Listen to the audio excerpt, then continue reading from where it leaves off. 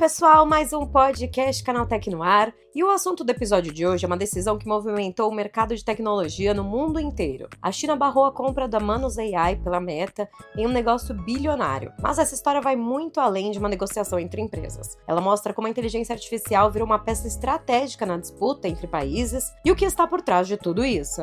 Você também vai conferir. IA no Google Fotos ganha reforço da Motorola para sugerir looks com suas próprias roupas. Uber agora quer planejar sua viagem inteira com hotel e comida. E TV Box pirata vira computador para escola pública no Brasil. Eu sou a Fernanda Santos e esse é o podcast Canaltech. E para entrar no tema do episódio, o repórter Marcelo Fischer conversa com Roberto Canter. Ele é economista, professor da Fundação Getúlio Vargas e atua há mais de 2 décadas com estratégia, inovação e mercado. E na conversa, eles explicam por que a China bloqueou a compra do Manus AI pela Meta, o que está por trás dessa decisão e por que esse caso vai muito além de uma negociação entre empresas. E mais do que isso, eles discutem como a inteligência artificial virou uma peça estratégica na disputa entre países e o que isso muda daqui para frente. Roberto, muito obrigado por participar mais uma vez aqui do podcast Canaltech, e hoje eu queria falar com você sobre um tema que entrou na mídia recentemente, que foi o bloqueio da China da aquisição da inteligência artificial Manus, a Manus AI, pela Meta, a Meta do Mark Zuckerberg, num negócio que é avaliado em 2 ou até 3 bilhões de dólares. Então, os chineses alegaram que essa compra violava regras de segurança nacional e de controle de exportação de tecnologia. Eu queria entender com você, primeiramente, por que isso acontece. Então, se desde sempre a China é protecionista em relação à sua tecnologia, e se qualquer empresa com tecnologia com potencial inovador, então alguma empresa que está saindo ali da caixinha, fazendo algo diferente, perde esse potencial de ser comprada por empresas de fora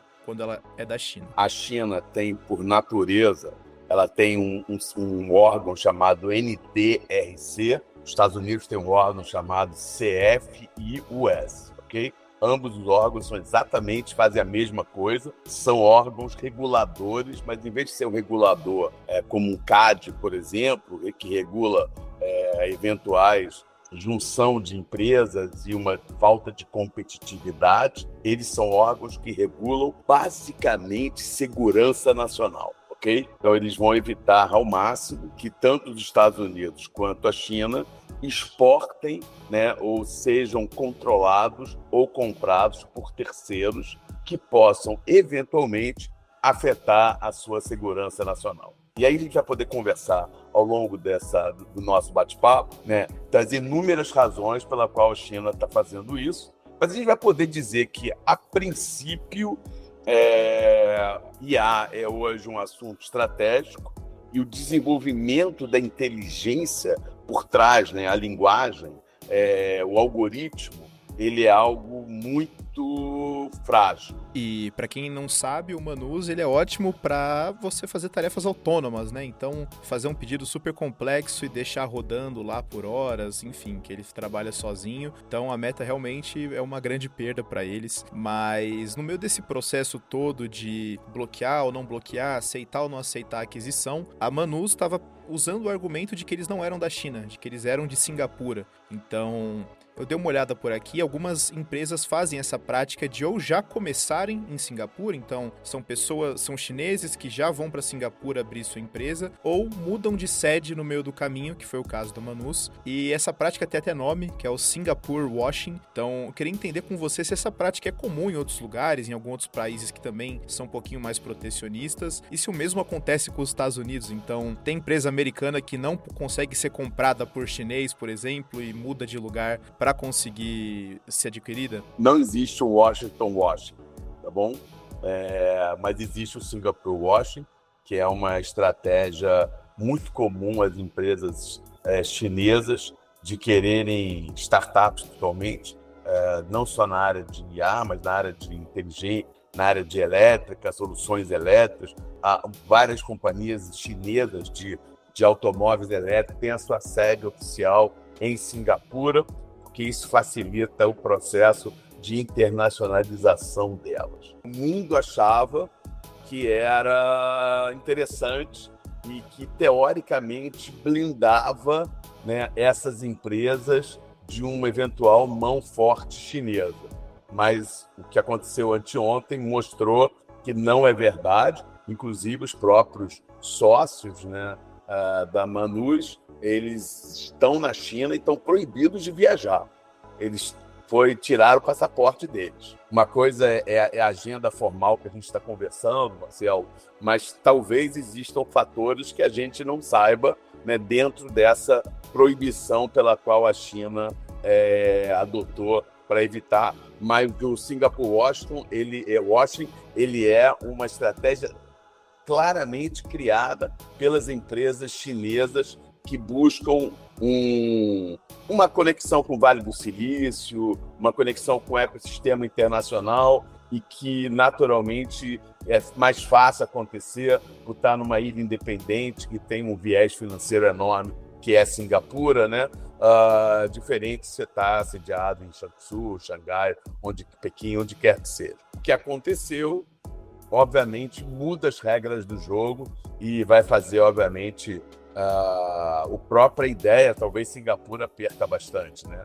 A gente está falando de Manus, estamos falando de Meta, mas acho que Singapura também perde, porque a incidência do capital chinês lá é muito forte e a partir de agora vai ser difícil, uma vez que a porta se abriu, né, em relação a essa atitude autoritária chinesa, talvez as outras empresas, muitas startups e talvez chineses que estavam pensando em ir para lá ou em processo de ir para Singapura, vão pensar duas vezes e talvez falam, talvez não vale a pena, porque se a China achar que o meu projeto ele é crucial à segurança, ela vai me blindar, ela vai me bloquear. Foi algo muito sério, porque estava sendo, nos últimos anos, um procedimento muito comum das empresas chinesas voltadas a novas tecnologias e inovação irem para Singapura. Então a Manus já acho que acabou com um pouquinho com a festa do pessoal que estava fazendo esse Singapore washing, né? Então acho que uma empresa que estava bastante em evidência, realmente fica difícil de fazer esse mesmo procedimento que talvez outras startups menores estavam tentando, né? E Roberto, antes da gente entrar nesse assunto mais geopolítico envolvendo, como você falou, China e Estados Unidos, porque a Meta e a Manus realmente aqui poderiam ser outros nomes, né? A gente poderia estar falando de Google, poderia estar falando de Apple, poderia estar falando de outros nomes aqui também. Mas queria te perguntar se nesse caso, quem que você considera que sai perdendo um pouquinho mais? Então, se a Meta, que não vai ter mais essa tecnologia de agentes, que para ela é muito importante nesse momento, de conseguir sair na frente de concorrentes, ou a própria Manus, então uma empresa que estava sendo comprada por um valor muito alto e que teria acesso a uma infraestrutura gigante como a da Meta nesse momento, que está comprando data center, está fazendo data center a rodo. Eu ousaria dizer, né, pegando aqui acendendo a bola de cristal, eu diria que a curto prazo, a Meta, a longo prazo, a Manus, ok? Explicando por quê. Eu acho que a curto prazo, a Meta vai precisar rever rapidamente a sua estratégia de IA. A Meta está perdendo uma grande força, porque Manus consegue trabalhar aquele evolução da IA, né, generativa, fazendo uma IA agêntrica, quase em linguagem natural, sem precisar fazer programação, N8N ou nada equivalente. E isso, obviamente, Claude tenta, GPT tenta, mas o que o Manus faz, ele é muito natural e, por acaso, eu uso ele bastante para isso. Mas você repara que eu achava muito interessante que, até hoje, nem Insta, nem Face, nem WhatsApp, nenhum deles estavam sendo powered, né, empoderados pela Manus. Porque eu acho que, de uma certa forma, a Meta já, em algum momento, sentiu, né? Acho que o pessoal sentiu que não era tão firme assim. Eles têm o dinheiro, tinham o contrato, tinha tudo assinado, tinha tudo pronto para dar certo. Mas eu acho que, em outro momento, inclusive, eu acho que eles já tinham enfiado o pé na jaca há muito tempo antes. Mas dessa vez adotaram, e parece que corretamente, uma postura um pouco mais conservadora, né? Acho que a gente podia até, talvez se não tivesse acontecido, mas por que a Meta demorou? Por que a Meta demorou tanto tempo para trazer Manus para dentro dos seus aplicativos primários, né? E isso talvez seja a razão pela qual isso aconteceu. Então, a curto prazo, ela perde acesso a uma tecnologia de ponta, com agentes de IA, né, que é crucial para ela, e ela vai ter que se virar buscando outras alternativas. Agora, A gente está falando de uma empresa extremamente capitalizada, né, os Big Five, né? E vai ter que gastar mais dinheiro, talvez com os 2 bi, entendeu? 3 bi. Mas eu ousaria dizer que isso, obviamente, vai gerar um atraso no desenvolvimento dela, não tem a menor dúvida. A Manus sofre, a perda dela é a visão de criação de riqueza. É o alcance global que ela teria dentro de um ecossistema que tem, né, um WhatsApp, um Instagram dentro dela, né? Então, quem é que não gostaria de ser a IA do WhatsApp ou IA do Instagram ou de ambos, né? Eu acho que a gente está falando de uma escala de bilhões de pessoas e se tornar praticamente uma solução global de IA. Então, eu ousaria dizer que a curto prazo, ambos perdem, é um perde-perde. Esse é aquele típico perde-perde, não ganha-ganha, entendeu? Você comentou sobre a Meta não colocar já nos seus produtos, né, a Manus, então vem aquele exemplo, né, você tá colocando várias coisas no carrinho e a sua mãe fala, não, esse aí não, pode colocar de volta. Então, realmente bem estranho, porque a Meta não costuma demorar esse tempo todo para já aplicar novidades nos seus produtos, são uma empresa que gosta bastante de testar, de ousar, então realmente nesse caso dá para ver que os dois saíram perdendo. E agora já falando um pouquinho mais do lado geopolítico da história, de quem realmente importa por trás disso tudo, que são a China e os Estados Unidos. Então, a gente teve agora, nessa semana passada também, o governo americano acusando os chineses de roubo em massa de tecnologia de inteligência artificial, que foi negado veementemente, claro, pela China. E tudo isso acontece também num contexto em que chips da NVIDIA, uma hora são proibidos, outra hora são liberados, mas não são enviados. E a gente também tem o contexto do futuro encontro do Trump com Xi Jinping, os dois líderes dos países, que é daqui a pouquinho. Então eu queria entender como que você avalia a relação dos dois países a partir disso aqui. Então, se a gente tem indícios de um protecionismo tecnológico absoluto por ambas as partes. Então, se vai ser cada vez mais comum uma tecnologia chinesa não chegar nos Estados Unidos, tecnologia americana não chegar por lá e vice-versa. A gente vive um mundo global. Acho que talvez os americanos, muito à direita, quisessem que a China não existisse, os chineses, muito à esquerda, gostariam que os Estados Unidos não existissem. Mas, tirando os radicalismos de lado, a verdade é que nesse mundo de hoje as convivências vão ter que acontecer. Então, o que a gente está vendo hoje são estratégicas diferenciadas de negociação, mas no final das contas, elas são diferentes na essência, Marcelo, mas elas convergem ao mesmo ponto, que é quem é que vai ser dominante. Se é que dominância, né, é necessário. Mas se você olhar a natureza humana, né, do nosso histórico de civilização, a gente é uma sociedade de conquistadores e conquistados, entendeu? Isso, infelizmente ou felizmente, sei lá o quê, né, porque nem tudo é só ruim ou só bom, né? Pelo menos eu acho. Faz com que essa disputa da soberania e da predominância de um país sobre o outro seja cada vez maior, né? Então, hoje o mundo já não é mais Estados Unidos-Rússia, mas o mundo é hoje Estados Unidos vezes China, né? Eu usaria dizer que nem os Estados Unidos podem viver sem a China, nem a China pode viver sem os Estados Unidos. Porque a China carrega, a maior proprietário de dívida de T-bonds no mundo é a China, né? Sei lá, tem trocentos bilhões de dólares em investimentos nos Estados Unidos. O governo chinês, né? E os próprios americanos, né, têm uma dependência enorme de produtos, da infraestrutura chinesa, né, na manufatura. Inclusive a própria NVIDIA, a própria Microsoft, sem contar Apple e Nike da vida, todas elas têm uma dependência enorme da manufatura chinesa. Que você falou em NVIDIA, né? Talvez seja algum tipo de...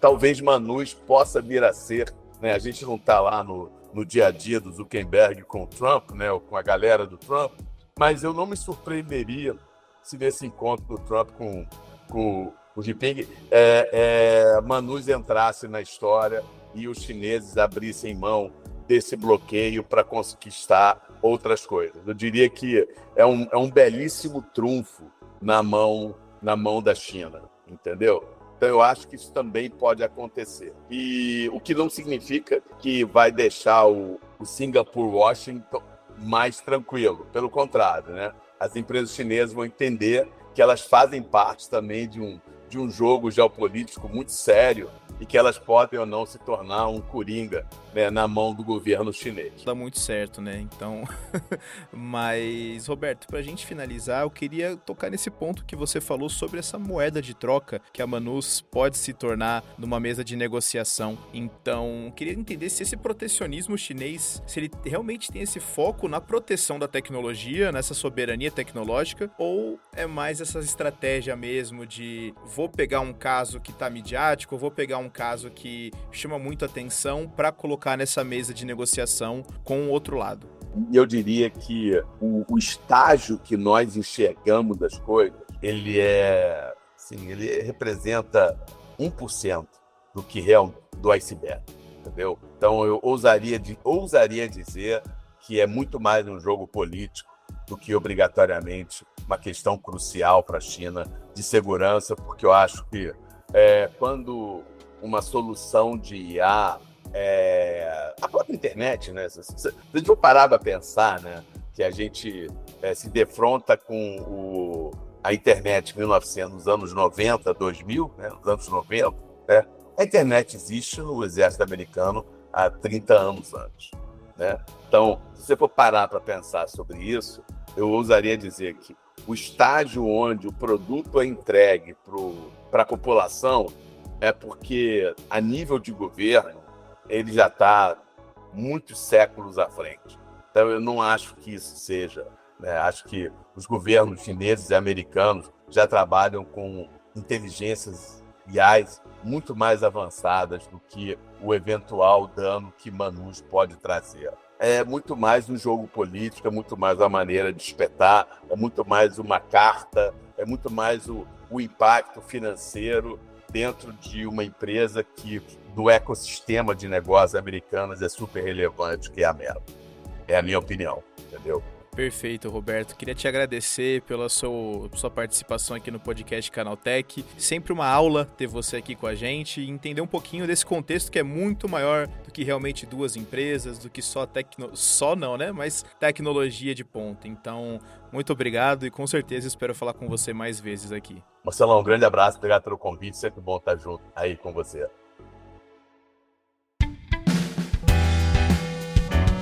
E vamos agora para o Giro de Notícias. E o Google Fotos está ganhando uma nova função com inteligência artificial que promete resolver um problema bem comum: não saber o que vestir. A novidade usa IA para analisar as fotos da sua galeria e identificar roupas, calçados e acessórios. A partir disso, o app monta um tipo de guarda-roupa virtual e começa a sugerir combinações com peças que você já tem. A ideia é simples: transformar o celular em um stylist pessoal com sugestões baseadas no seu próprio estilo e não em tendências genéricas. Por enquanto, o recurso começa a chegar primeiro para Android e deve ser expandido aos poucos. A Uber quer ir muito além das corridas e agora entra de vez no mercado de viagens. A empresa passou a permitir a reserva de hotéis direto pelo aplicativo, com acesso a mais de 700 mil opções ao redor do mundo, em parceria com a Expedia Group. E não para por aí. A Uber também quer integrar o delivery à experiência, permitindo que o usuário peça comida durante a viagem. A proposta é transformar o aplicativo em um verdadeiro super app, reunindo transporte, hospedagem e alimentação em um só lugar. Mas, por enquanto, as novidades começam pelos Estados Unidos e ainda não tem previsão para chegar aqui no Brasil. E a Anatel quer dar um novo destino para as TV Box piratas apreendidas no Brasil e transformar esses aparelhos em computadores para escolas públicas. A ideia é simples: os dispositivos ilegais passam por um processo de reconfiguração, com remoção dos softwares piratas e instalação de novo sistema voltado para uso educacional. Mesmo sendo equipamentos mais simples, eles conseguem rodar tarefas básicas como navegação na internet, edição de textos e atividades escolares. E o projeto envolve também a Receita Federal e universidades e busca unir combate à pirataria com inclusão digital. Na prática, é transformar um problema em uma solução para ampliar o acesso à tecnologia nas escolas.